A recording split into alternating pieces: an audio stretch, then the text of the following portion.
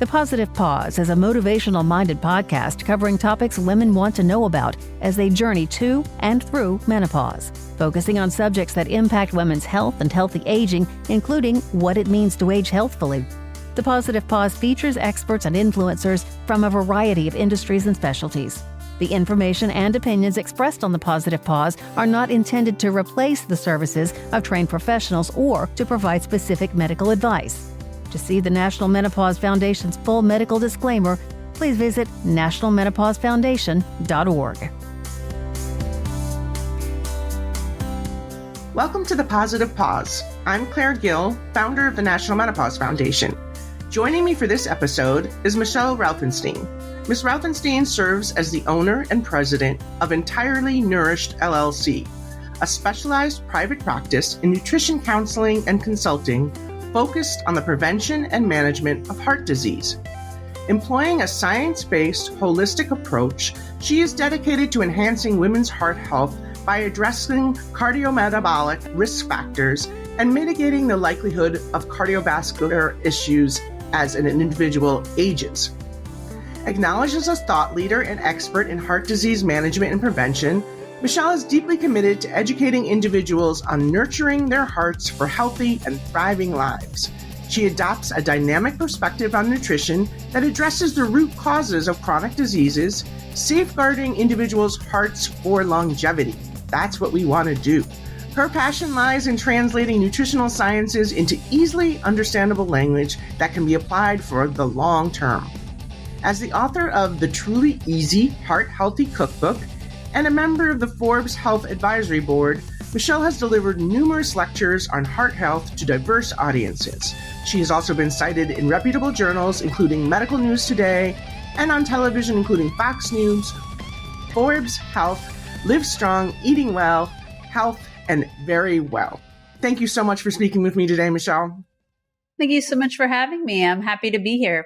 So this is really exciting, and I'm delighted to speak with you about heart health, as this particular episode is going to air in February, and it's Heart Health Month. So let's start by talking about some of the risk factors for heart health. I know we've heard them before, but it's definitely worth reviewing. What are the risk factors for heart disease that women in particular should know about? So there's many things that we need to be looking at. And a lot of times we hear about one specific factor for heart health, and we need to be looking at the full picture, which is kind of grouped into that cardiometabolic region. So we're referring to blood pressure. A lot of times when we'll go to the office, a doctor's office, and they'll be a little anxious and their blood pressure will be high, and the doctor will just say, oh, it's anxiety, don't worry, nothing to worry about. But then a whole year passes or another 6 months pass, and the blood pressure is still high, but it hasn't been checked. So blood pressure is a really, really important one that I want to really emphasize today, where women should know their number. And if it is elevated in their doctor's office, check it at home. One-time measurement of blood pressure is not enough to assess how blood is adequately flowing in your body. So check your blood pressure, make sure that we're getting it to 110 over 70 or 120 over 80 to ensure that you're protecting your heart health and you're having good blood flow. Other factors are cholesterol. So we're particularly looking at elevated levels of our LDL cholesterol. We're looking also at blood sugar levels. So your glucose levels, your hemoglobin A1C, which assesses for 3 months of your blood sugar levels. We're also really need to focus on abdominal weight. Many times women are very focused on the number on the scale, but from a cardiovascular standpoint, we need to be looking at the waist circumference. So get one of those really soft waist circumference measuring tapes. You can get them at your local pharmacy or online for a couple of dollars. And don't suck in, don't suck out, but measure where your belly button is.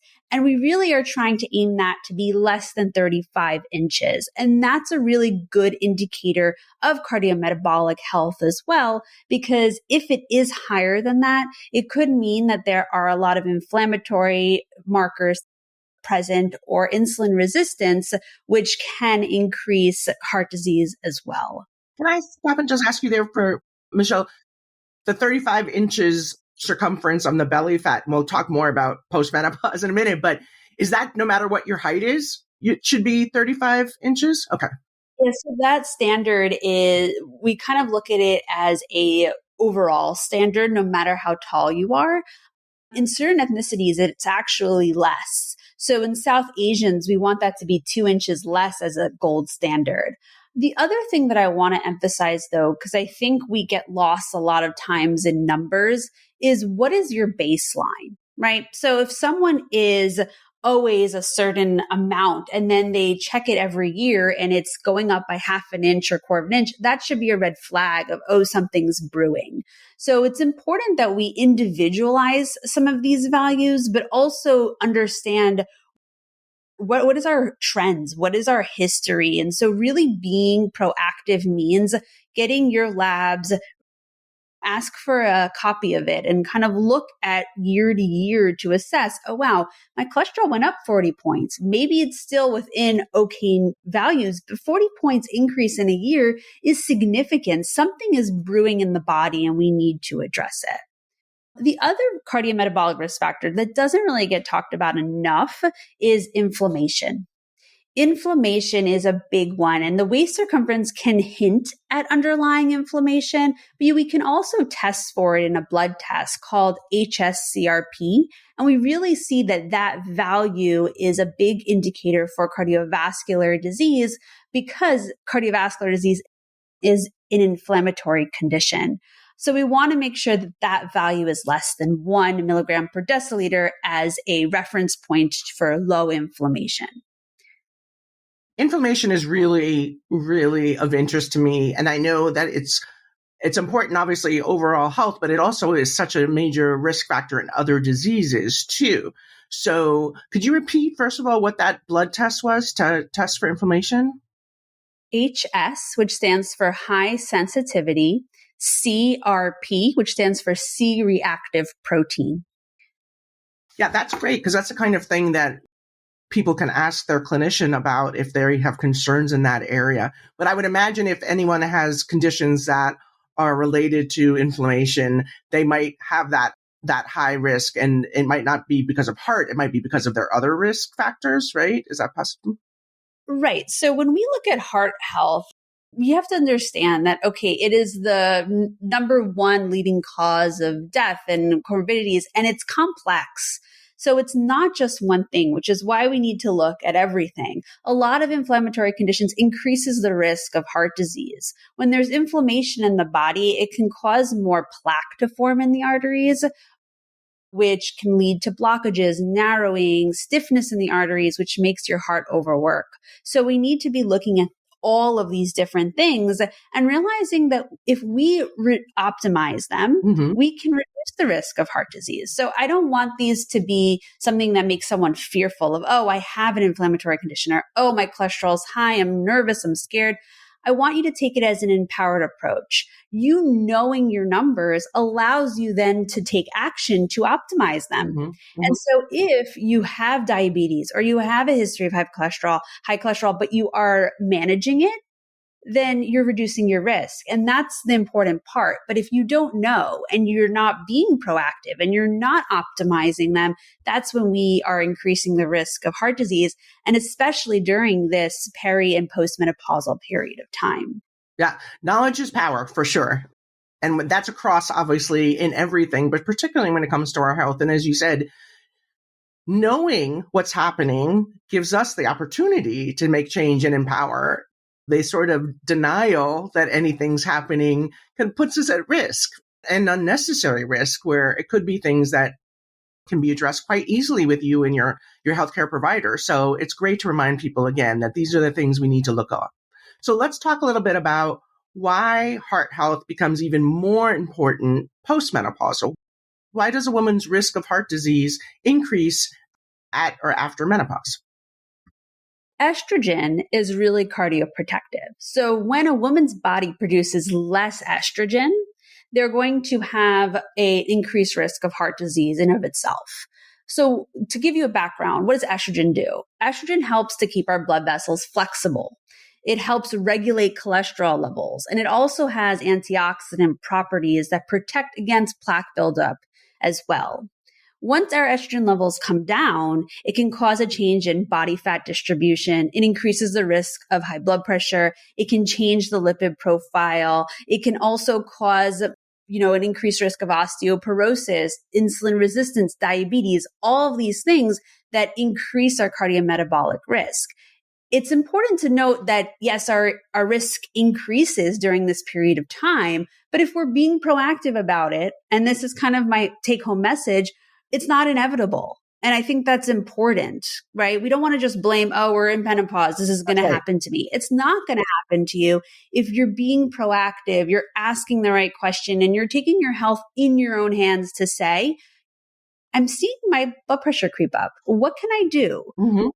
What can I do about, okay, I see that I got a DEXA scan and I am having osteopenia. How do I prevent that progression to osteoporosis? All of those things are helpful as long as you are being really honed into having that team to help you achieve all of these parameters and reduce your risk of these things going the wrong way. I think that is so important, Michelle, because we do often get into that mindset of, oh, this is what happens when we age. And particularly, obviously, my other hat as osteoporosis organization, we definitely hear that all the time, that, oh, bone loss is just an inevitable part of aging. And it doesn't have to be, as you said, that there are things we can do to mitigate that loss. And that's across the board in so many of these areas. I often think that menopause, or the approach of menopause, or the menopausal journey, is a really great time to stop and take stock of where our health is. As you said, if we haven't had those baselines, then get those numbers so that you can now track that for the rest of your life, because we don't normally pay attention when we're young. We don't normally have the early cholesterol issues or inflammation or things like that sometimes. So really at midlife, it's a great time to sort of say, okay, where am I health-wise? And then how do I protect myself as I age? Because we all want to have that active, healthy longevity. And I think, honestly, that the current generations who are approaching menopause and are postmenopausal are really in that mindset. We want to know, we are trying to take steps and gain that knowledge of, how do I make it better? How do I protect myself for the future? And so, again, paying attention to heart health is so important. So why is nutrition, now let's get into your specific area of expertise too. Why is nutrition so important to heart health? I mean, it's obviously important to our overall health and well-being, but why does it play such an important role in heart health? Nutrition is so vital because what we eat, so focusing on what you're adding and what you're consuming in your diet, helps your body work better. It helps your blood vessels stay intact and be more protective, be more elastic, allow for better blood flow. It also helps the heart pump blood better throughout the body. So we need to be focusing on what foods are we adding to the diet to help with optimizing the pathways that our body needs for it to thrive and to do its job effectively. It's also important because there are key foods that we can add to the diet to help lower blood pressure, to help lower cholesterol levels, to improve our gut health, our skin health, our bone health. And so when we focus on these nutrients, we have more energy, we reduce our cardiometabolic risk, and we improve our lab parameters, but we also feel better. We have more energy.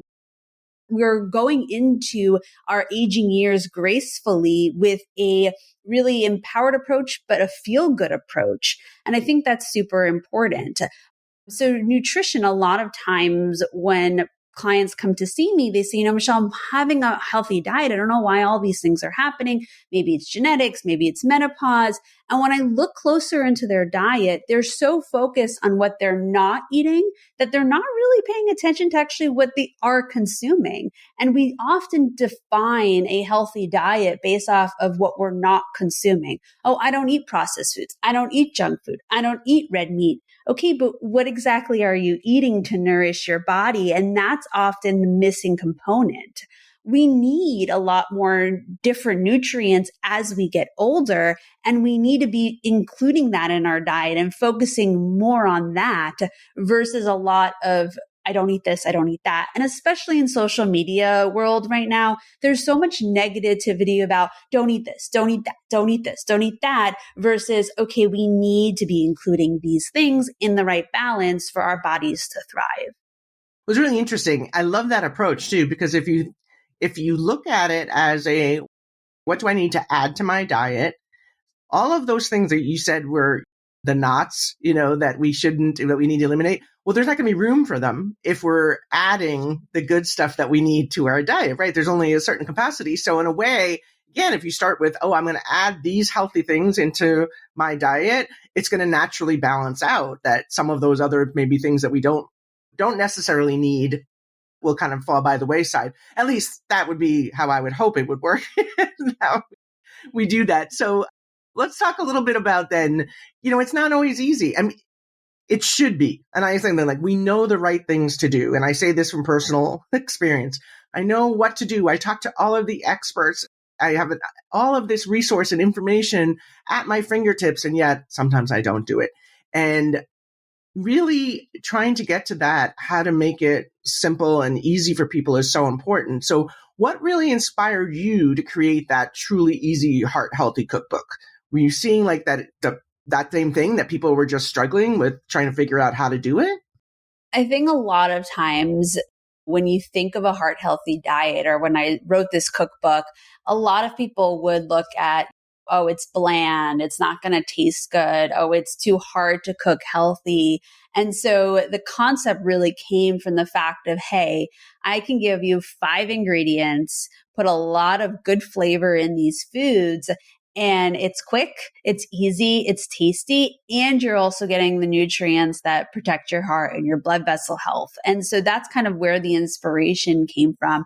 And to be completely open with you, I mean, I have a lot of little kids in my house. I have 4 boys, and I love them and I love teaching them about nutrition, but I'm always, what's a quick and easy thing I can make? And so my way of cooking is really, hey, I do not want to prep for more than 10 minutes. I'll put it in the oven for more than 10 minutes, Right. But it needs to be quick and easy, but it needs to also taste good. And so that's kind of how I've always cooked, because I just don't have time to make elaborate meals. And so part of the cookbook was because of my own love, that's how I cook. Yeah. And then also to the fact of my clientele don't really have the time or the want to spend time in the kitchen. Yeah. Before COVID, I was working in the city. I had a Manhattan office, and most of my clients put their shoes in their oven. They never cooked anything either. They didn't have a spice. They didn't have a pan. They didn't have anything. And so I would teach them how to eat just at restaurants alone. But then as we started working together, they got more curious. And so teaching them the simple basics of how you can make a really quick and easy, nutritious meal is also part of my inspiration too, because that was my main clientele for so many years. Yeah, that's so funny. So I too lived in Manhattan, and I love that the picture of putting your shoes in the oven when you have such limited space. Sometimes in New York City apartments, you use every space you can get. But I have a funny story too. I actually, I did food PR earlier in my career and was working with chefs. And I was doing a segment on, I think, like the Today Show or Good Morning America with celebrity chef Marcus Samuelson, who, for those who are foodies, know he's got a bunch of restaurants in New York and around the world, and he's just this incredible chef.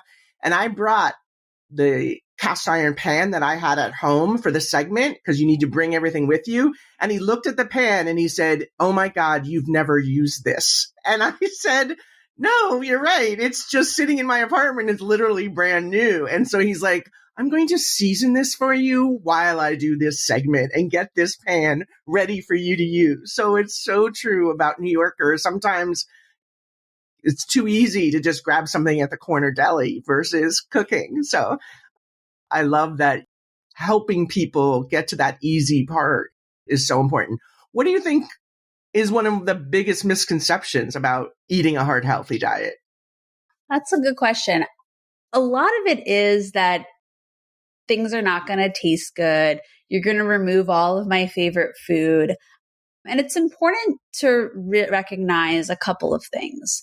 So when you look at the literature, what is a heart healthy diet? The top diets that have been touted for heart health are the Mediterranean diet, the green Mediterranean diet, the plant-based diet, the DASH diet, the plant-forward diet. And they all share, when you look at kind of the research of how our bodies and our gut take all these foods and utilize them, they all share many of the same nutrients. So many of the vitamins and minerals that your body needs. And well, why isn't people following it, like you said before? And I think the biggest thing is personalization. So there are people who come to see me who have been on, went on a vegan diet for a couple of years, and they're like, I can do this. This works for me. There's other people who've been on a vegan diet and they're like, Michelle, I gained weight. I have my high blood sugar levels now. I'm pre-diabetic, and it doesn't work for them. And there's other people who only ate meat and potatoes, and now they're like, I had a heart attack and now I don't know what to do. And I hate vegetables and I hate fruit. So there's so many different profiles that come to see me. And it's really important that you kind of look and say, what can we do? What can we prioritize? And what are the small changes we can do? I always focus on 3 to 4 changes at a time with my clients, because if you go completely the opposite of what you're doing, it's not going to last long term. And you have to realize with heart health that this is a lifestyle plan. This needs to be looked at in a long-term plain view, because if you do something for 3 months, you're not protecting your heart. What you do every day on a consistent basis, and you don't need to be perfect by any means, but the consistency of it, doing this 80% of the time, 90% of the time, and you do this for the rest of your life, that's how you prevent other future cardiovascular complications. I think a lot of people go to extremes when they get a diagnosis and it doesn't stick. Mm-hmm. And that is what we need to demystify and debunk. We need to be personalizing the nutrition so that this can be real, it can be sustainable, and you can optimize your cardiometabolic risk factors, not just for the next 3 months or 6 months, but for the rest of your life. And that's what we need to be focusing on, the longevity of this. And so we need to be real, and we need to realize what works for us, what doesn't, what tastes good, what doesn't taste good, and put that all together to make sure that this is sustainable. That's really, really interesting and so important. And you're right, because, I think anything's doable for a couple of months. We can eliminate something for our diet and maybe feel good and drop a few pounds and stuff like that. But as you said, that's really not sustainable, and it's probably not great for our overall health. But you shared earlier, right? There's more than you in your household. So when there is this personalization and this need to kind of find what works for you and what doesn't, well, what if your partner or your spouse doesn't like the same foods? What if your kids don't eat the same foods? What's your suggestion from those kinds of situations where it's kind of hard to personalize for everybody? Yeah. So I'm not a short order cook. Everyone in my family eats the same thing.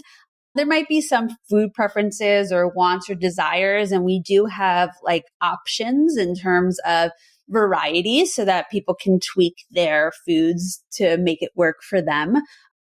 But I think it's important to come to the family table and have a discussion and make sure that you have options for everyone, but you're still not cooking 6 different meals, because that can really burn you out. And then at the end, you just put up your hand, you say, I'm just going to order. It doesn't make sense for me.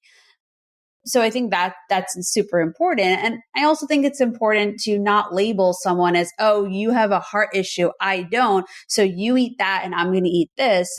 We need to protect our heart no matter where we are in our heart health journey and as we age. So we need to come together and talk about it, right? Like if you made a meal and the other person didn't necessarily like it, was it the spices? Can we add some more spices afterwards? Is there a condiment we can add to make it more flavorful for that person? What is it that it's missing? And that way we can tweak it so that the meals that you're having together are at the base the same. So you're not getting burnt out in the kitchen and you're allowing for some variety. So everyone's happy.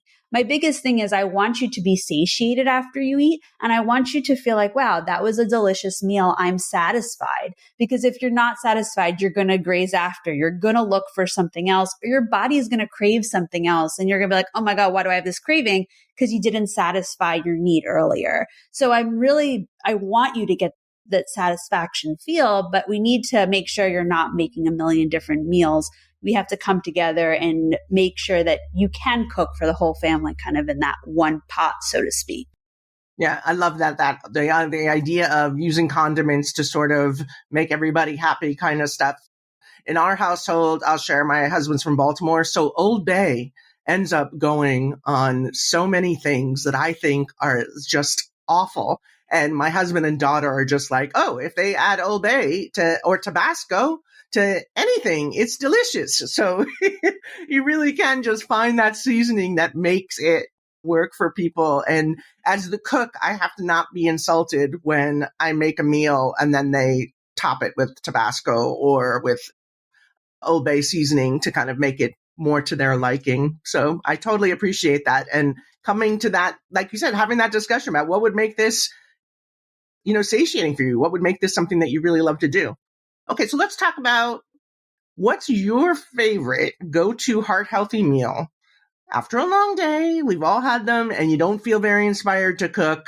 If you want to do something, prepare something heart-healthy for yourself and your family, what's your favorite go-to? So these days, I've been like Thursdays, our kitchen stock is usually low. Yeah.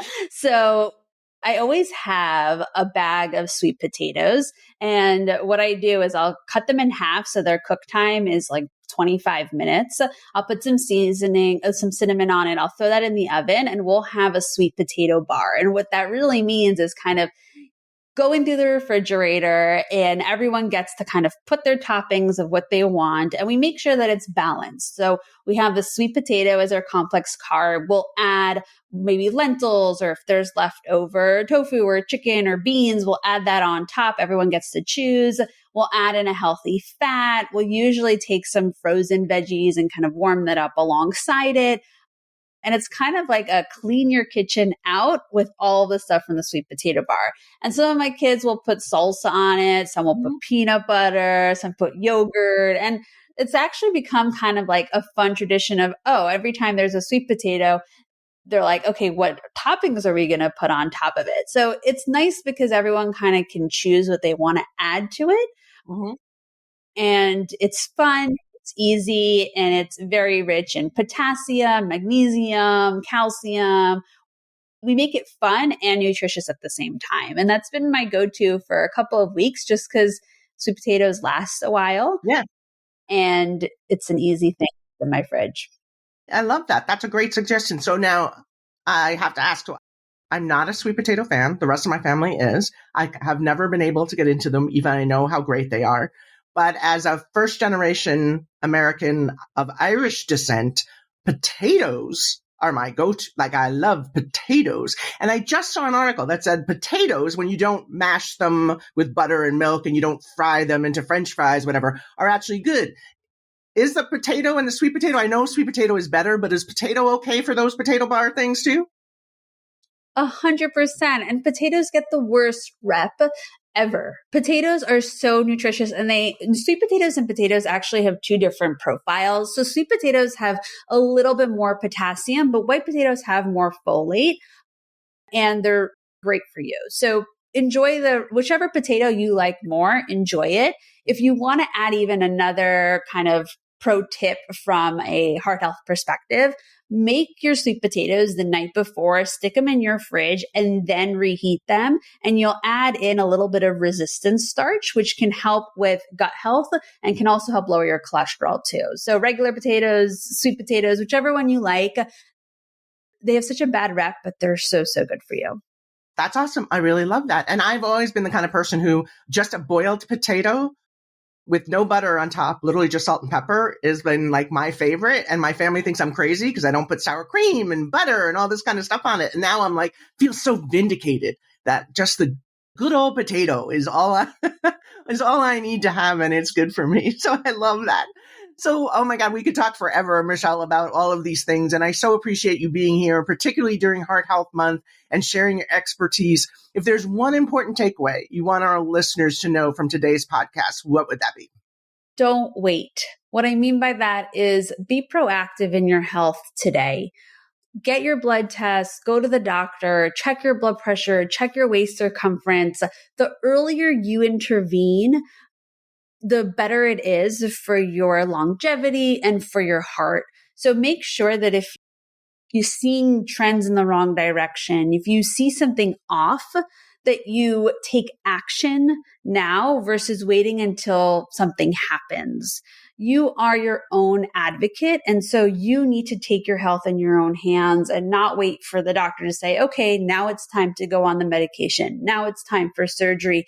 You need to be proactive in that, and you need to take action as soon as possible. So be empowered, and let's age gracefully together so that you can really take ownership of your health. That is fantastic advice. Thank you so much. I really appreciate you sharing your expertise with us, as I said, and we will include additional information and resources about your cookbook and your work and your practice with the notes of this episode so our listeners can follow up and learn more. I hope everybody's enjoyed this episode as much as I have, and if so, please subscribe to the Positive Pause podcast so you never miss an episode, and please share information about this podcast with your family and friends. Thanks again to my guest, Michelle Routhenstein, and thank you for listening. We hope you'll tune in to another episode of The Positive Pause.